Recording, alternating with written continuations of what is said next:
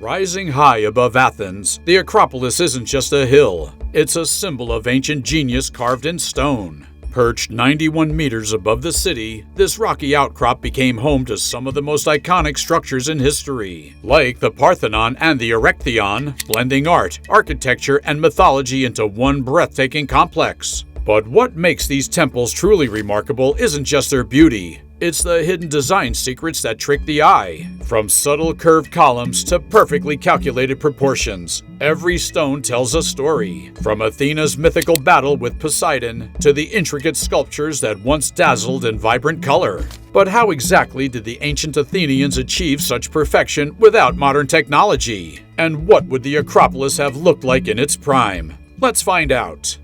In the 5th century BC, Athens entered its golden age under the leadership of Pericles.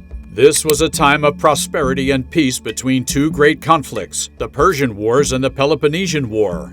With the threat of invasion at bay, Athens turned its focus inward. Art, philosophy, and architecture flourished like never before, and the Acropolis became the stage for some of the most iconic buildings in history. As you make your way up the slope today, the first building that greets you is the Temple of Athena Nike. Perched on a small platform on the southwestern edge of the Acropolis, it's easy to miss if you're not paying attention, but this little temple packs a punch. Dedicated to Athena Nike, Athena the Victorious, it commemorates the Athenians' triumph over the Persians. The temple's design is simple yet elegant. It has columns only on its front and back, a style called amphiprostyle, which was necessary because the platform it sits on is so small. One side faces the sacred complex, the other the city below, a constant reminder of Athens' victories. But the real entrance to the Acropolis is the Propylaea, a grand gateway that marks the transition from the everyday world to the sacred.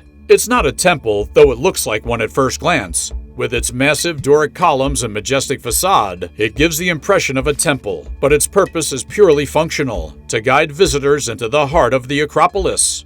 As you pass through, you'll notice something unusual. The space narrows, the columns shift, and the proportions change. The central path is wider than the others to make room for processions, and the architect had to adjust the usual strict Doric design to make everything fit. This wasn't just about aesthetics. It was about the experience. As you ascend, the gate seems to shift and grow with you, creating a sense of anticipation. The buildings beyond are hidden from view, giving you only small glimpses until you finally emerge at the top, greeted by a breathtaking view.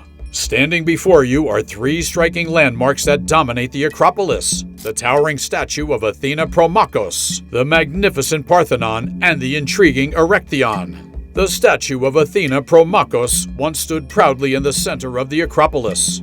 Made of bronze and standing nearly 9 meters tall, it was impossible to miss. Even sailors approaching Athens from far off at sea could spot her gleaming figure, spear in hand, helmet shining under the sun. The name Promachos means she who fights in the front line, symbolizing Athena's role as the fierce protector of the city. To the right of the statue is the Parthenon, the jewel of the Acropolis and the ultimate symbol of classical Greece. But before we dive into its beauty, let's shift our gaze to the left, where the Erechtheion stands, a building that defies the usual symmetry and order of Greek architecture. Unlike the Parthenon's perfect proportions, the Erechtheion looks almost like a patchwork of smaller structures stitched together. Its irregular shape wasn't a mistake. It was a necessity. The Acropolis wasn't just a flat stage for grand temples, it was a site steeped in mythology and sacred history, and the Erechtheion reflects that. According to legend, when Athens was being founded, the gods Athena and Poseidon competed to be the city's patron. Poseidon struck the ground with his trident, creating a saltwater spring, but the water wasn't useful to the people. Athena, on the other hand, planted an olive tree, offering a symbol of peace and a source of food, oil, and wood. The people chose Athena, and the city was named in her honor. The Erechtheion housed shrines to both deities. The eastern section, with its main facade, was dedicated to Athena Polias, meaning Athena, protector of the city. The western part was devoted to Poseidon and Erechtheus, the city's legendary first king. Inside, you'll find a sacred olive tree, a saltwater well, and even a hole in the roof, said to mark where Poseidon's trident struck the earth. But the Erechtheion isn't just famous for its mythological ties. It's also home to one of the Acropolis' most striking features, the caryatids. These are the graceful draped female figures that serve as columns, supporting the porch of the building. Their delicate poses and flowing garments give the structure both strength and elegance. According to one story, they were named after the women of Caryae, an ancient town near Sparta, whose betrayal during the Persian Wars was symbolized through their eternal service as architectural supports. And now, we turn to the Parthenon, the crown jewel of Athens. This temple isn't just a masterpiece of architecture, it's the blueprint for what we think of when we imagine Greek temples. It's a peripteral design, meaning it's surrounded by columns on all sides, inviting you to walk around and admire it from every angle. Unlike Roman or Egyptian temples, which are often organized in strict lines and axes, Greek temples like the Parthenon are arranged to be experienced from multiple viewpoints. As you approach, the Parthenon reveals itself slowly, its details shifting as you move around it, making each angle feel fresh and dynamic. Most Doric temples have 6 columns on the front and back, but the Parthenon has 8, a feature called octastyle.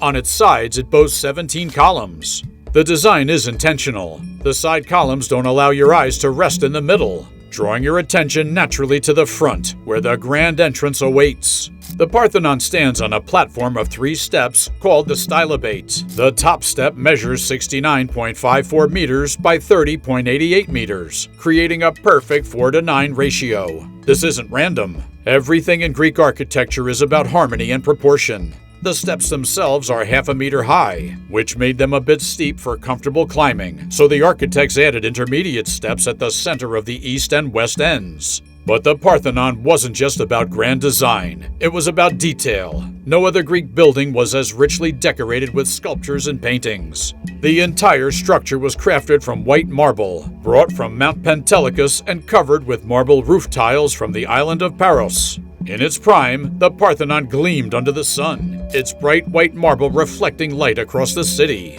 It must have been a dazzling sight, visible from far and wide, a symbol of Athens' glory. Today, many of the Parthenon's original sculptures are housed in the British Museum, far from their Athenian home. But if you ever find yourself in Nashville, Tennessee, you'll discover a surprising tribute, a full-scale replica of the Parthenon, complete with all its original colors and statues. Built in 1897 for the Tennessee Centennial Exposition, this concrete version captures the essence of the original, giving visitors a chance to step back in time and experience the grandeur of ancient Greece firsthand. As you stand there, atop that rocky hill, gazing at the Parthenon, the Erechtheion, and the Temple of Athena Nike, you can almost hear the echoes of philosophers, artists, and warriors who once walked these paths, leaving behind a legacy that still inspires us today.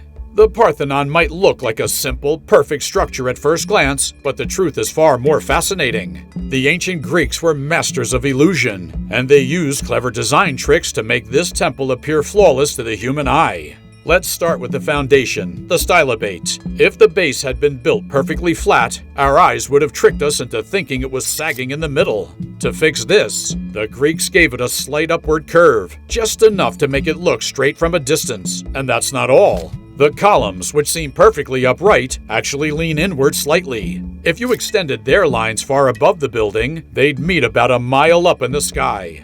These subtle adjustments create a sense of harmony and balance that feels natural, even if you don't consciously notice it. Another trick? The columns aren't the same width all the way up. They swell slightly near the bottom, a feature called entasis. This gives them a sense of strength and liveliness, almost like muscles flexing under the weight of the structure. Without this, the columns would look rigid and lifeless. These tiny tweaks make the Parthenon not just a building, but a work of art. And when the Parthenon replica was built in Nashville, Tennessee, every single one of these optical illusions was carefully recreated. So even though it's thousands of miles from Greece and made of concrete instead of marble, it still captures the magic of the original. But the Parthenon isn't just about its clever construction. It was also a canvas for storytelling through its sculptures.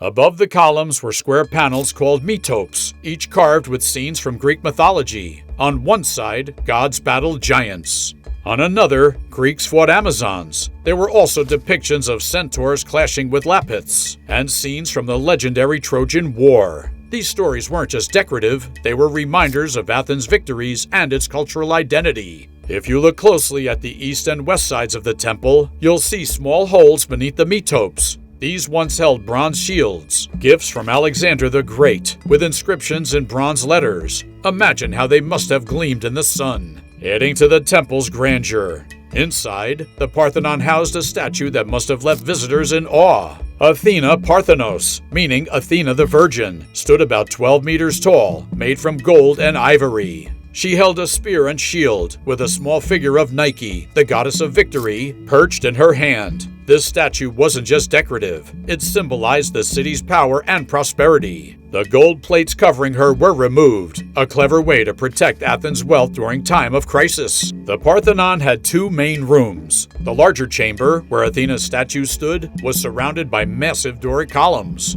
The smaller room, known as the Parthenon or the Virgin's Chamber, served as a treasury and was supported by Ionic columns, which were slimmer and more elegant. These rooms were heavily guarded, with metal grills running from floor to ceiling to protect the treasures within. But the Parthenon's design wasn't just practical, it was mathematical. The temple is considered one of the best examples of the golden ratio in architecture, a mathematical ratio that's believed to create the most aesthetically pleasing proportions. The architects didn't have the detailed blueprints like we do today. Instead, they used simple tools like ropes, rods, and plumb lines to measure and align everything directly on site. And yet, the result is a structure so precise and harmonious that it continues to inspire architects around the world. We even know the names of the brilliant minds behind this masterpiece. The Parthenon was designed by Ictinus and Callicrates, while the great sculptor Phidias oversaw the entire Acropolis project. Phidias was responsible for the temple sculptures, including the friezes, pediments, and the colossal statue of Athena. In many ways, the Parthenon was his vision brought to life. The temple wasn't just a home for the statue and the temple were designed together, their proportions perfectly matched. The Parthenon's influence can still be seen today. Its design has inspired countless buildings around the world, from banks and museums to government buildings. The Parthenon isn't just a symbol of ancient Greece. It's a reminder of the power of human creativity and the enduring legacy of art and architecture. If you enjoyed this journey through history, make sure to like, subscribe, and hit that notification bell so you don't miss any future episodes. Let us know in the comments what you found most fascinating about the Parthenon. And we'll see you in the next adventure.